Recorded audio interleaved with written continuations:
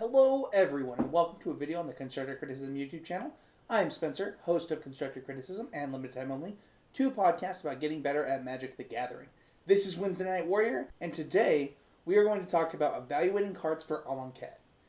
So, every new set I get sent, 30, 40 deck lists from people asking, what do you think of this deck? What do you think of this deck? What do you think of this deck? What do you think of this deck? Within the first 10 cards of spoilers. And I have a rule that sometimes I break, but oftentimes I'm actually not brewing decks until we're starting to test for the Pro Tour. And one of the reasons for that is I like to have the whole set before I start brewing cards, brewing decks. However, that doesn't mean that I don't look at cards before spoiler season is over. So today I want to talk about what I do and what our team does to evaluate cards going into the Pro Tour. So, the first thing we're going to talk about is just how to look at cards. What are you looking for? So, the first thing that we look at is what cards go in decks today. So, when I look at a card, where can I imagine it going into decks today? Does this improve some of the best decks in Standard right now? And if it does, if it replaces something else in that deck and improves that deck, it's probably a good card and something that you might want to look at. You might think, oh, that's simple, Spencer. Like, obviously everybody should do that. That's not as fun. And it's like, well, if you looked at Mardu Vehicles at the last Pro Tour, this was a deck that was a 4-color deck at the Pro Tour before that saw play, and enough people identified that it was good that it went and just destroyed the Pro Tour. So obviously it's an important skill set to have. The next thing we have is what cards help decks that were close but maybe weren't good enough. So, for example, today a deck that's not quite good enough is red-black artifact aggro. It's a madness deck that lost Smuggler's Copter, so it completely changed the identity of the deck, and the deck is just slightly worse with better mana than Mardu Vehicles. The power of Mardu Vehicles is a lot better, or a lot higher than red-black aggro. But when red-black aggro had Smuggler's Copter, it competed. It was a thing that you were like, maybe I should play this over Mardu Vehicles. So a deck like that is just pretty close. Another thing that you could look at is like something like Greenback Delirium, right? If this deck got really good interaction cards to play against things like, maybe vehicles and 4-color combo, it could be something that you're looking at like, oh, this fixes everything that's wrong with this deck. So you have these decks that you're like, this deck's really close, but I just need that one little thing to bring it over the edge. And so those are the kind of cards you want to look for. And then, pretty obviously, you want to just look for outright insane cards. You want to look for your Gideons, your Avacins, where when you read the card, you're like, really? This card does this? So, for example, I thought this when I read Heart of Kieran. I was like, this is just clearly pushed. Wizards wants us to play this card. The card's super powerful. This is something that we need to look at and say, is this card good in this format? Is this something that we need to be putting into decks and trying out? And our team tested it in tons of decks. One of the best decks starting out was Green-White Tokens. It was this Nissa Gideon deck that played Heart of Kieran. And if it weren't for the 4 colors to Healy, it might actually be one of the best decks in Standard. It was a deck that was played at the Pro Tour. We didn't end up playing it. We ended up playing Mardu Vehicles at the Pro Tour. But it's just a deck that saw tons of early play from people trying to make the deck work. Because, first of all, Green-White Tokens was a good deck before this. And then it just got Heart of Kieran, which is just a super powerful Magic card. As well as the Walking Ballista. So, what cards are just insane, like Heart of Kieran or like Gideon, those kind of cards, and how can you make a deck around those cards?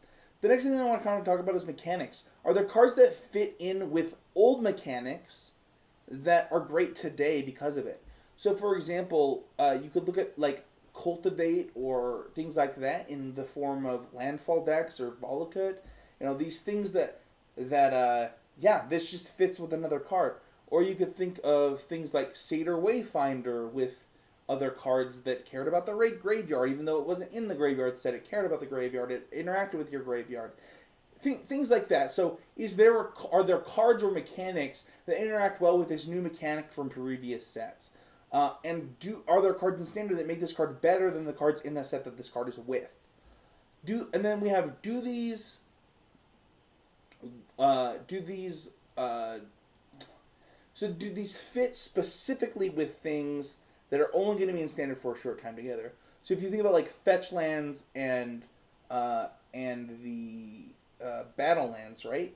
So like the battle lands were printed, they were clearly printed to be played with the fetch lands to have that short interaction.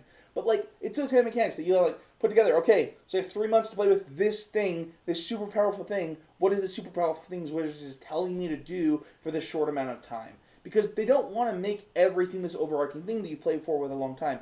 In fact, they actually shortened standard so that they could do that, and then people complain, and then standard's longer again. So it's a little confusing, but it's certainly something that you need to think about when you're evaluating cards.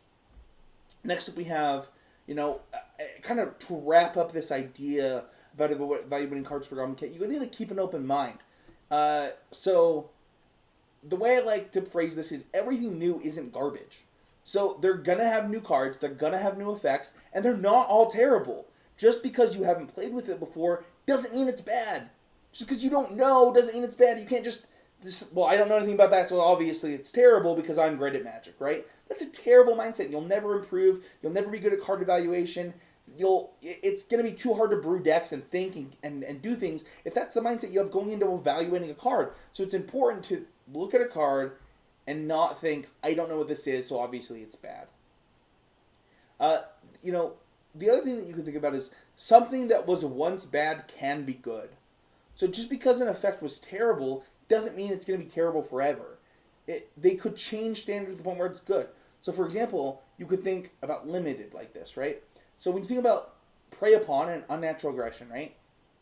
Unnatural Aggression is 3 mana for a Prey Upon, but it's at instant speed. Everybody thought it was going to be great, but in that format, it was terrible.